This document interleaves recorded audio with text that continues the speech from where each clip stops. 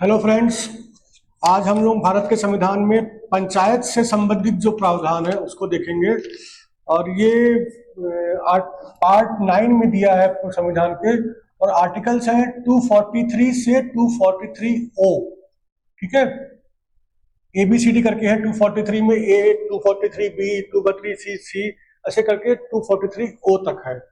ठीक है, तो हम पहली बात तो ये कि ये 1992 1992 में एक अमेंडमेंट हुआ था उसका संविधान में, 73rd अमेंडमेंट। उसमें फिर ये उस अमेंडमेंट में ये पार्ट 9 डाला गया था पंचायत से संबंधित संविधान में। यही सेम आर्टिकल्स हैं 243 से 243 ओ। ये सारे आर्टिकल्स पंचायत से संबंधित हैं। ठीक है, पंचायत क्या होती है? एक सेल्फ गवर्नमेंट का सिस्टम होता है, लोकल लेवल पे सेल्फ गवर्नमेंट का सिस्टम होता है। ठीक है, वैसे तो government central government state government है, लेकिन लोकल विलेज लेवल पे, ब्लॉक लेवल पे, डिस्ट्रिक्ट लेवल पे कुछ वहां के लोगों के बीच में से एक गवर्नमेंट बने जो वहां के एरिया का कामकाज देखे, डेवलपमेंट देखे, उसके लिए सेल्फ गवर्नमेंट सिस्टम है। इसमें देखिए विलेज लेवल तक पे भी गवर्नमेंट है, पंचायत के फॉर्म में विलेज लेवल तक की भी गवर्नमेंट है।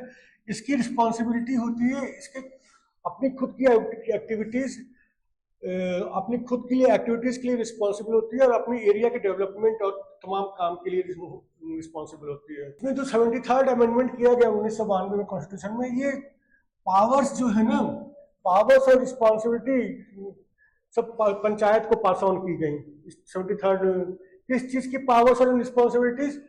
प्लान्स, इकोनॉमिक डेवलपमेंट के प्लान्स बनाने की, उस एरिया के डेवलपमेंट के प्लान्स बनाने के लिए, सब सामाजिक न्याय के प्लान बनाने के लिए ये पावर्स और रिस्पॉन्सिबिलिटीज को पास ऑन किया गया नीचे के लेवल तक, एकदम नीचे के लेवल तक। अच्छा, ये जो 243 से 243 ओ है, ये केवल बेसिक लॉ देता है, बेसिक प्रोविजंस है, इसमें बहुत डिटेल्ड नहीं है। ठीक है, एक स्ट्रक्चर देता है केवल। और ये इसके अलावा राज्य सरकारों को पावर है कि वो डिटेल्ड लॉ बनाए, पंचायतें कैसे काम करेंगी, इलेक्शंस कैसे होंगे, उनका फंक्शन क्या होगा, रिस्पॉन्सिबिलिटीज क्या होंगी, इसके संबंध में स्टेट गवर्नमेंट को पावर दी गई है कि वो अपना लॉ बनाए पंचायत के संबंध में। तो हर स्टेट में अलग अलग लॉ है पंचायत के संबंध में। लेकिन भारत का संविधान आर्टिकल 243 से 243 ओ तक बेसिक प्रोविजन, बेसिक स्ट्रक्चर देता है कि पंचायतें किस फॉर्म में होंगी। बहुत डिटेल्ड माइन्यूट एक एक वर्किंग और एक एक फंक्शन, एक एक रिस्पॉन्सिबिलिटी नहीं देता है।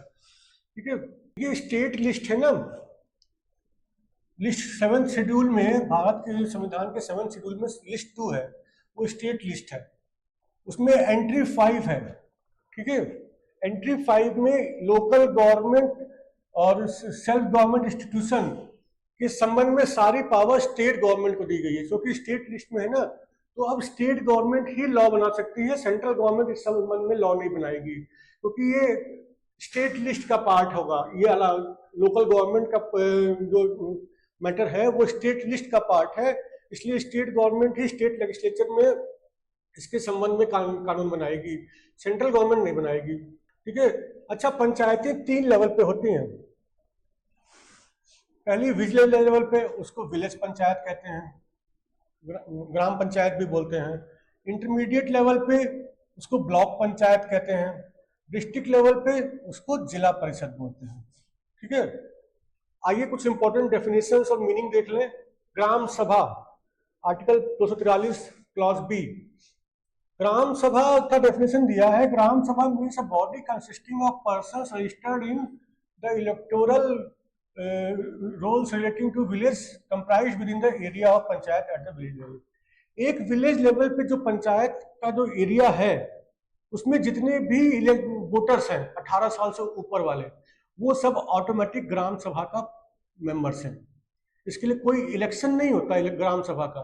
ग्राम सभा मतलब उस एरिया के, उस पंचायत के वोटर्स की सभा।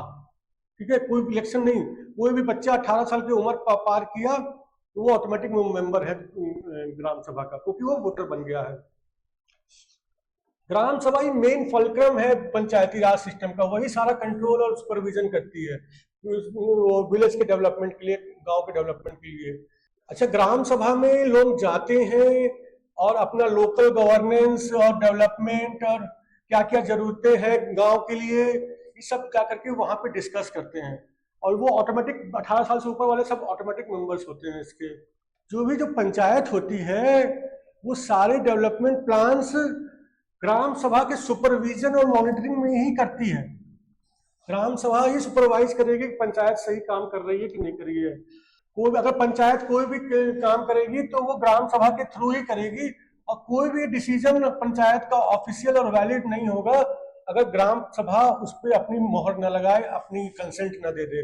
ठीक है, पंचायत ग्राम सभा के अंडर में ही काम करेगी और उसकी सुपरविजन में ही। ये सबसे बड़ी बॉडी है। जितने भी बॉडी हम लोग डिस्कस करेंगे, पंचायत हो गया विलेज लेवल पे, ब्लॉक लेवल पे, डिस्ट्रिक्ट लेवल पे, उसमें ये सबसे बड़ी पार्टी है और प्राइमरी बॉडी है, सबसे मेन बॉडी है, सबसे पहली बॉडी है और सबसे बड़ी है।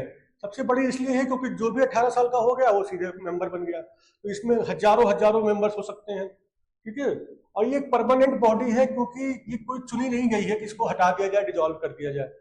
जो लोग 18 साल के होते गए वो मेंबर बनते गए और इनको हटाने का कोई प्रावधान नहीं है, ये परमानेंट बॉडी होती है। इसलिए इसको कहते हैं कि ये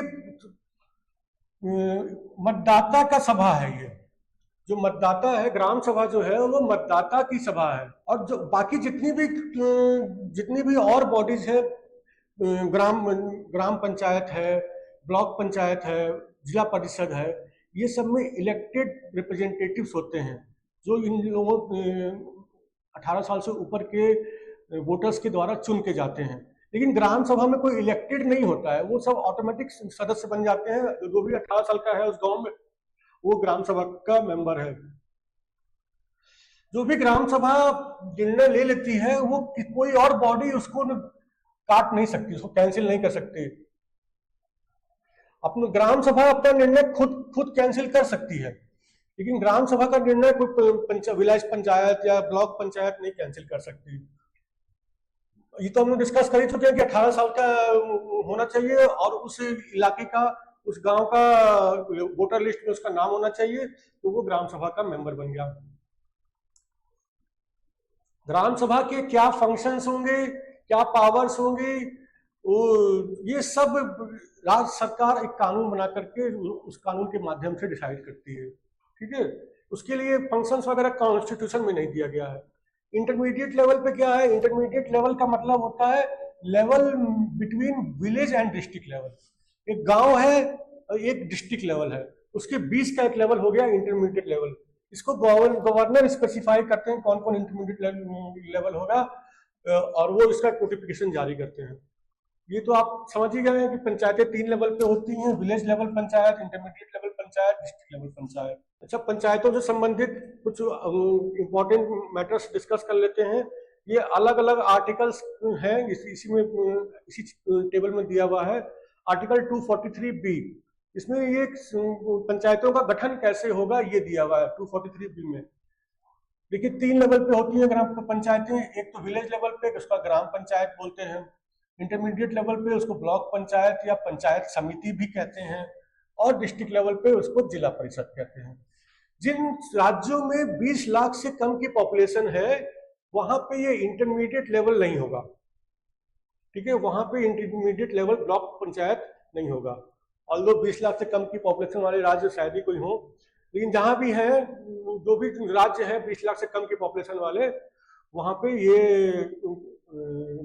इंटरमीडिएट लेवल की पंचायत नहीं होगी। तो आइए एक एक तीनों लेवल की पंचायत को एक एक करके थोड़ा डिटेल में देख लेते हैं। विलेज लेवल पंचायत यानी ग्राम पंचायत, ये एक लोकल बॉडी है जो गांव के लोगों की भलाई के लिए काम करती है। ये सबसे बेसिक यूनिट है प्रशासन का, सबसे नीचे का स्तर है प्रशासन का। ठीक है, इसका जो हेड होता है उसको सरपंच बोलते हैं, और जो इसके मेंबर्स होते हैं उसको ग्राम पंचायत सदस्य या पंच बोलते हैं। पंच नाम से आप लोग बहुत परिचित होंगे। तो हेड को सरपंच बोलते हैं और मेंबर्स को ग्राम पंचायत सदस्य या पंच बोलते हैं।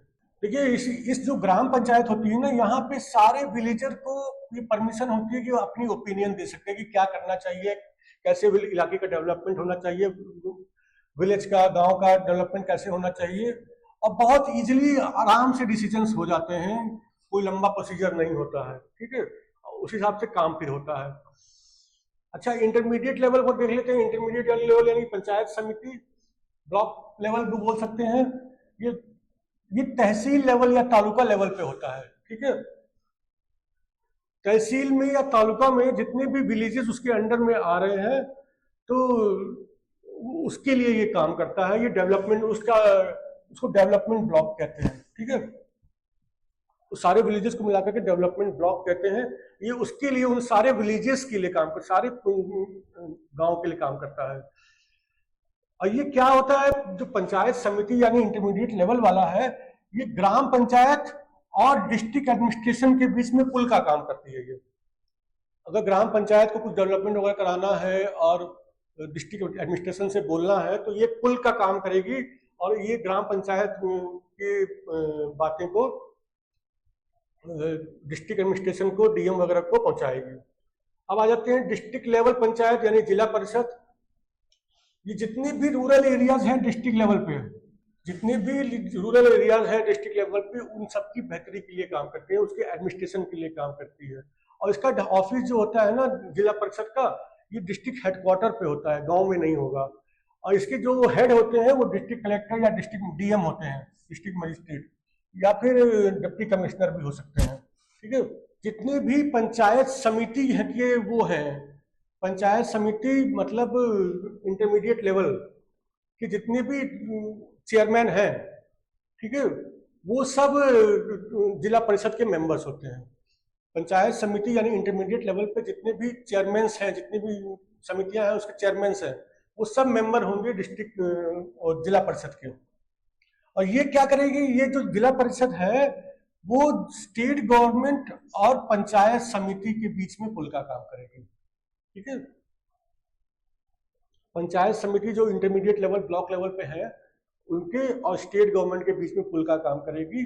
पंचायत समिति से जो भी मांगे हैं, डिमांड्स हैं, जो भी प्लान्स हैं, वो स्टेट गवर्नमेंट तक पहुंचाने का काम करेंगे। अच्छा, कैसे बनती है ये composition of panchayat? Article 243C, इसके लिए स्टेट लेजिस्लेचर को, विधानसभा को पावर है कानून बनाने के लिए, कैसे गठन होगा इनका। लेकिन इसमें कुछ मुख्य मुख्य बातों का ध्यान रखना होगा। कानून तो वो बनाएंगे, लेकिन उनको ये ध्यान रखना होगा कि एक जो पंचायत का टेरिटोरियल एरिया होगा उसमें जो पॉपुलेशन होगी, ठीक है ना, चाहे विलेज लेवल का हो, चाहे ब्लॉक लेवल हो, चाहे डिस्ट्रिक्ट लेवल पे हो। अगर हम विलेज लेवल का कंसीडर कर रहे हैं मान लीजिए, तो एक विलेज लेवल पे जितनी पॉपुलेशन होगी एक पंचायत में, divided by number of seats in वो पंचायत में, ठीक है, ये थ्रू आउट पूरे राज्य में सेम होना चाहिए। ये रेशियो करीब करीब सेम होना चाहिए।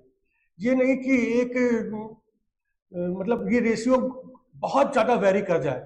टोटल पॉपुलेशन उस राज्य की, उस विलेज की, उस पंचायत की divided by number of seats, ये जो रेशियो आएगा वो पूरे राज्य में तकरीबन सेम होना चाहिए एज फार एज प्रैक्टिकेबल।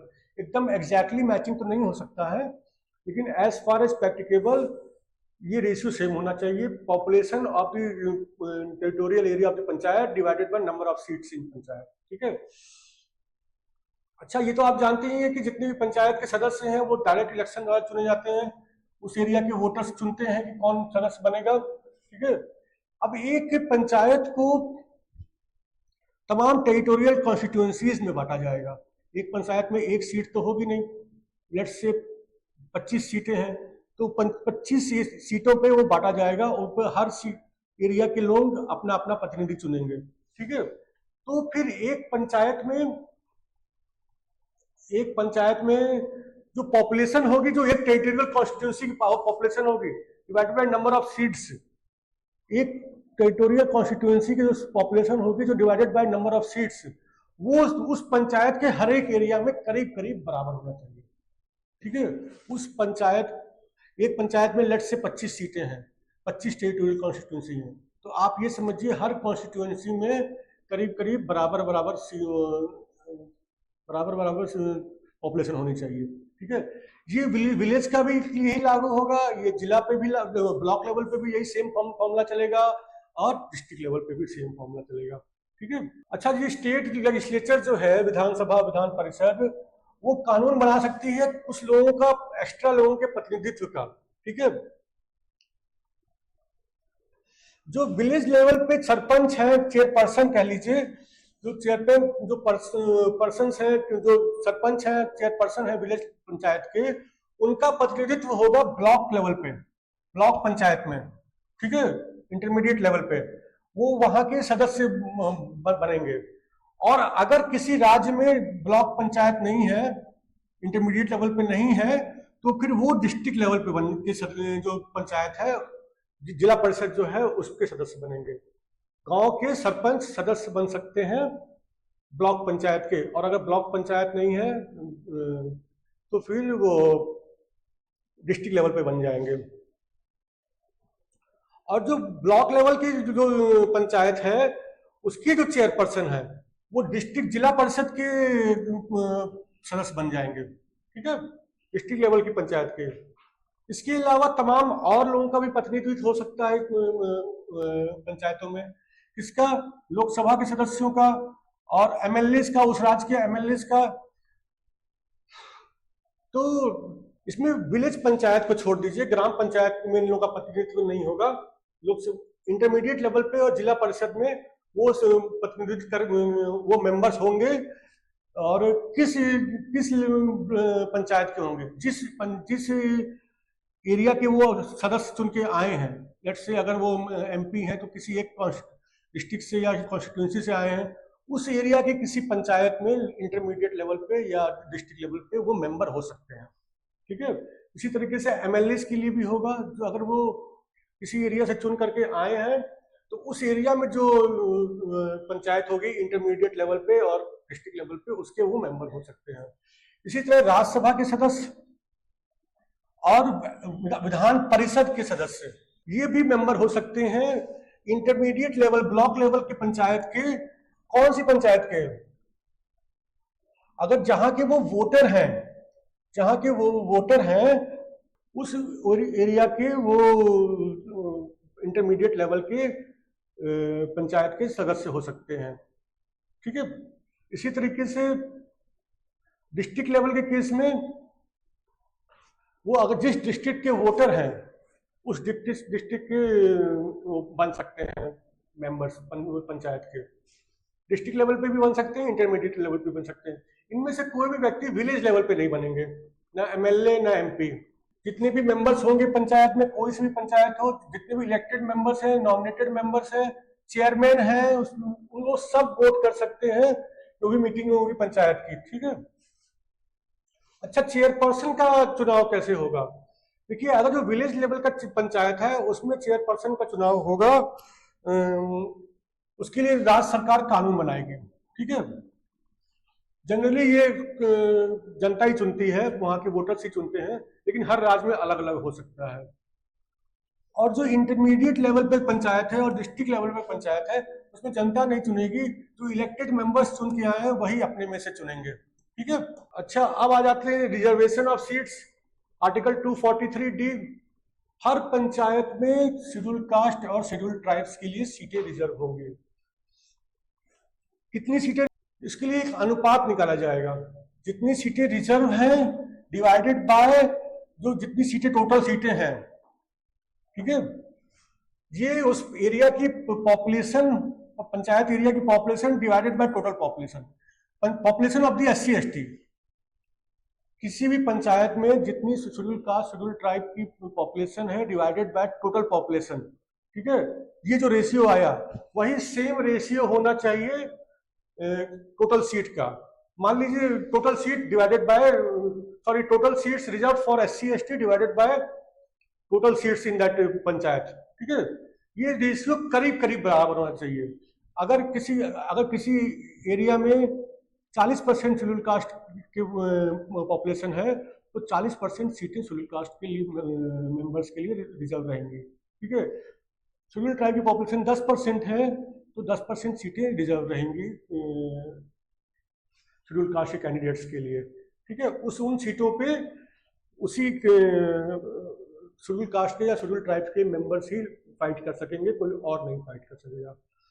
अच्छा, ये सीटें अब जैसे मान लीजिए 40% सीटें रिजर्व है, तो एक बार को हमने डिफाइन कर दिया कि गवर्नमेंट ने डिफाइन कर दिया कि ये सीटें रिजर्व रहेंगी, ठीक है। अब अगली बार फिर वो सीटें छोड़ करके किसी दूसरी सीटों को रिजर्व कर दिया जाएगा।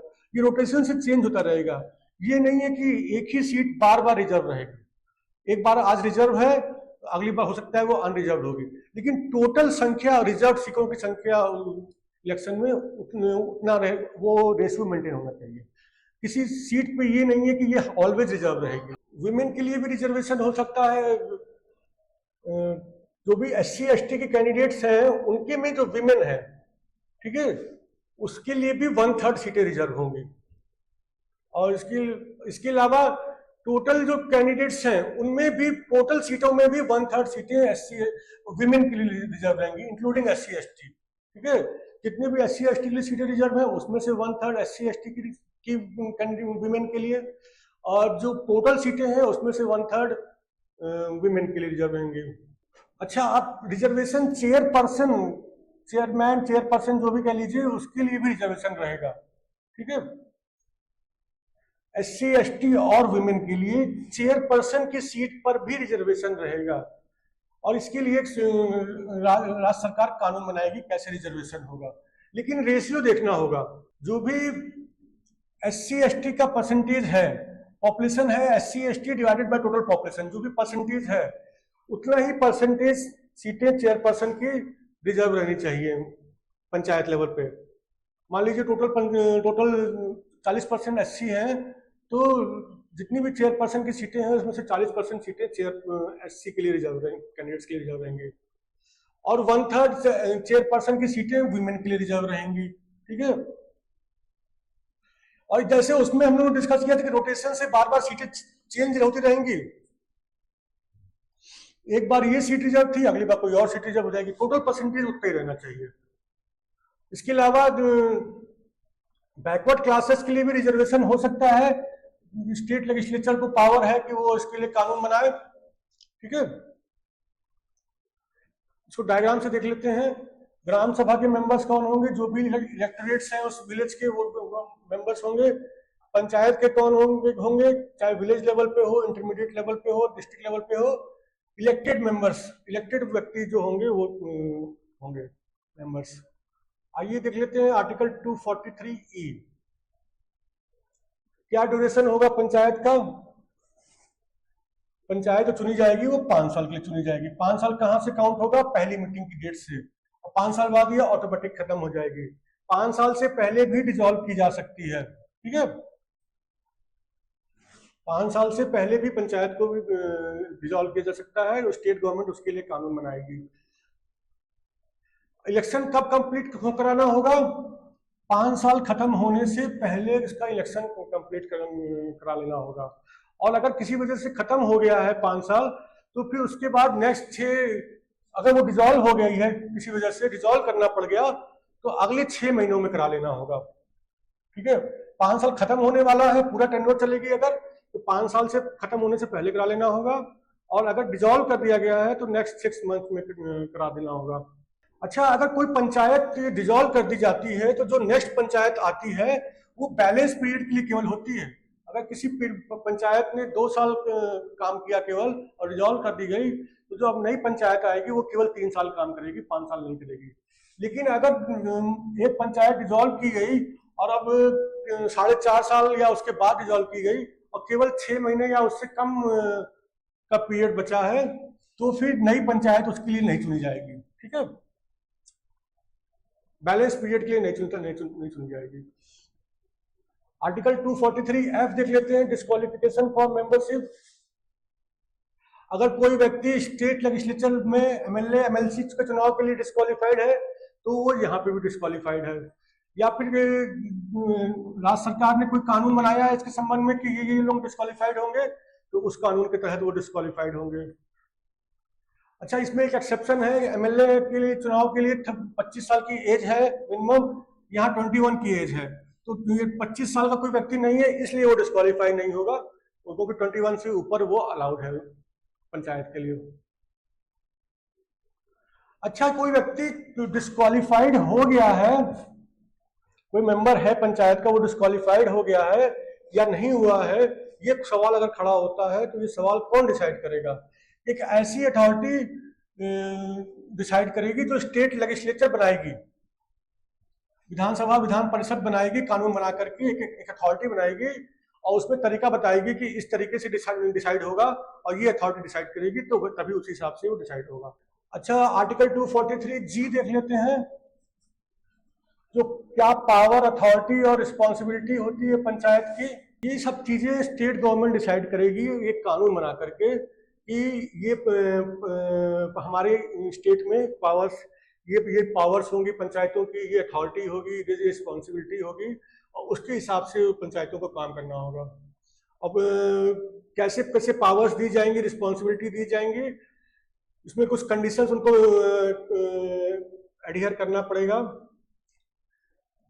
किस संबंध में? Preparation of plans for economic development and social justice और the implementation of schemes of economic development and social justice. आइए अब नेक्स्ट देख लेते हैं article 243H, power to impose taxes by and funds of the panchayat. State government state legislature में एक कानून बनाएगी, इसलिए बनाएगी authorise a panchayat to levy, collect and appropriate such taxes and duties and fees.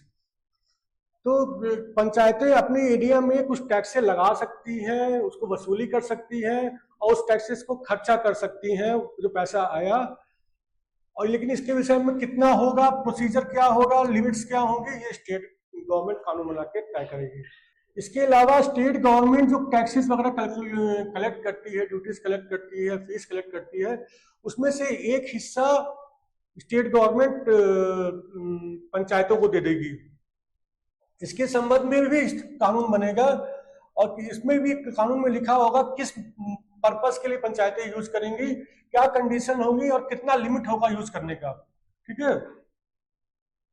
इसके अलावा जो कानून बनेगा उसमें पंचायतों को ग्रांट भी दिए जाने का प्रावधान होगा।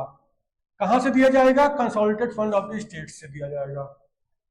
और इसके अलावा तमाम फंड्स वगैरह पंचायत के बनाने का भी प्रावधान होगा उस कानून में। उन फंड्स में जो पैसे जो कलेक्ट रिसीव किए जा रहे हैं पंचायतों द्वारा या पंचायत के बिहाफ पे, वो सब डाले जाएंगे और उस फंड से पैसे निकाले जाएंगे पंचायतों द्वारा। ठीक है, ये फंड्स भी बनाने का प्रावधान है। आर्टिकल 243I एक फाइनेंस कमीशन का कॉन्स्टिट्यूशन होता है 5-5 साल पे, तो उनकी पंचायतों की फाइनेंशियल पोजीशन को रिव्यू करने के लिए हर 5 साल पे गवर्नर एक फाइनेंस कमीशन बनाएंगे तो review the financial position of the panchayat. ठीक है, और उसके ऊपर अपनी रिकमेंडेशंस देने के लिए, किस मैटर्स पे रिकमेंडेशंस देने के लिए, रिव्यू करने के बाद किन प्रिंसिपल्स पे स्टेट और पंचायत के बीच में रेवेन्यू का डिस्ट्रीब्यूशन होगा। क्योंकि टैक्सेस ड्यूटीज वगैरह कलेक्ट हुई हैं, वो किस बेसिस पे, किस रेशियो में कैसे डिस्ट्रीब्यूट होगा और कैसे कैसे अलग अलग लेवल की पंचायतों में डिस्ट्रीब्यूट होगा, और कौन कौन टैक्सेस, ड्यूटीज, टोल्स और फीस पंचायतों को दे दिए जाए, वो कलेक्ट करें और खर्च करें। ठीक है, और कितना ग्रांट दिया जाए पंचायतों को कंसोलिडेटेड फंड ऑफ स्टेट से। इन 3 मुद्दों पे वो अपना रिकमेंडेशन देंगी पंचायतों की कंडीशन रिव्यू करने के बाद। इसके अलावा और भी कुछ अपना रिकमेंडेशन देंगी उनकी पंचायतों की फाइनेंशियल कंडीशंस का इम्प्रूवमेंट करने के लिए। और इसके अलावा वो कुछ और मैटर अगर गवर्नर ने इनको दिया है कि इसके विषय में अपनी रिकमेंडेशन दीजिए, तो उसके विषय में भी वो अपनी रिकमेंडेशन देंगे। Finance commission. इलेक्शन कैसे होता है पंचायतों का? आर्टिकल 243 के है, एक स्टेट इलेक्शन कमीशन होता है। ठीक है, वो चुनाव कराता है पंचायतों का। जो सेंट्रल पे इलेक्शन कमीशन है वो नहीं कराता। उसका काम क्या है स्टेट इलेक्शन कमीशन का? सुपरवाइज करना, डायरेक्शन देना, कंट्रोल करना। क्या चीज के लिए? जो इलेक्टोरल रोल्स हैं, चुनाव के लिए जो मतदाता सूची है उसका सुपरिटेंडेंस करना, डायरेक्शन करना, कंट्रोल करना, और इसके अलावा चुनाव करवाना। मतदाता सूची का पूरा काम और चुनाव कराने का पूरा काम। गवर्नर का काम है कि वो चुनाव आयोग को, राज्य चुनाव आयोग को पर्याप्त स्टाफ मुहैया कराएं ताकि वो चुनाव करा सके। और राज्य चुनाव आयोग में एक स्टेट इलेक्शन कमिश्नर होते हैं, वो गवर्नर द्वारा ये अपॉइंट किए जाते हैं। इनकी सबकी कंडीशंस ऑफ सर्विस क्या होती है, ये गवर्नर डिसाइड करते हैं कि सब कंडीशंस ऑफ सर्विस क्या होगी, लेकिन ये जो स्टेट लेजिस्लेचर ने जो कानून बनाया है उसको ओवरराइड नहीं करेंगे, उसके अंतर्गत ही डिसाइड करेंगे। अच्छा, जो स्टेट इलेक्शन कमिश्नर है उनको अगर हटाना है तो उनको उसी तरीके से हटाया जाएगा और उसी ग्राउंड्स पे हटाया जाएगा जैसा कि एक हाईकोर्ट के जज को हटाया जाता है। अगर एक स्टेट इलेक्शन कमिश्नर का अपॉइंटमेंट हो गया है तो उसके बाद उनकी जो सैलरी है, जो उनके एमोलमेंट्स हैं, कंडीशंस ऑफ सर्विस है, वो घटाई नहीं जाएंगी, उनके नुकसान के लिए नहीं घटाई नहीं जा सकती हैं, वो या तो बढ़ाई जाएंगी या उतनी ही रहेंगी। अच्छा, इलेक्शन से संबंधित जो भी मैटर्स है इसके संबंध में स्टेट लेजिस्लेचर कानून बनाएगा, उसके तहत ही सारे इलेक्शंस होंगे। अब आइए कुछ मिसलिनियस मैटर्स देख लेते हैं पंचायत से संबंधित में। आर्टिकल 243 जे है, audit of accounts of panchayat. State legislature कानून बनाएगा कैसे पंचायतें अपना अकाउंट्स मेंटेन करेंगी और कैसे वो ऑडिट कराएंगे। Application to union, article 243L, जो ये तमाम आर्टिकल्स हैं 243 से लेकर के 243O, पंचायत से संबंधित जितने भी आर्टिकल हैं ये सारे यूनियन टेरिटरीज पर भी लागू हैं, केवल स्टेट पे नहीं लागू है। ठीक है, हम लोगों ने अभी स्टेट कहा लेकिन लागू वो यूनियन टेरिटरीज पे है। कुछ एरियाज ऐसी हैं जहां पे ये पंचायत वाला प्रावधान लागू नहीं होता है, वो आर्टिकल 243M में दिया हुआ है, कुछ एरियाज को छूट दी गई है। ठीक है, कौन कौन सी एरिया है, ये है scheduled areas refer to in class 1। ये आर्टिकल 244 में कुछ शेड्यूल्ड एरिया डिफाइंड है। नागालैंड, मेघालय, मिजोरम में, ये पूरे राज्य में, तीनों राज्यों में ये पंचायत वाला कानून प्रोविजंस लागू नहीं है। मणिपुर के कुछ हिल एरियाज हैं जहां पे डिस्ट्रिक्ट काउंसिल होती है, ठीक है, वहां पे वो लागू नहीं है। और जो panchayat at the district level of the hill areas of the district of Darjeeling, ठीक है, वहां भी ये लागू नहीं है।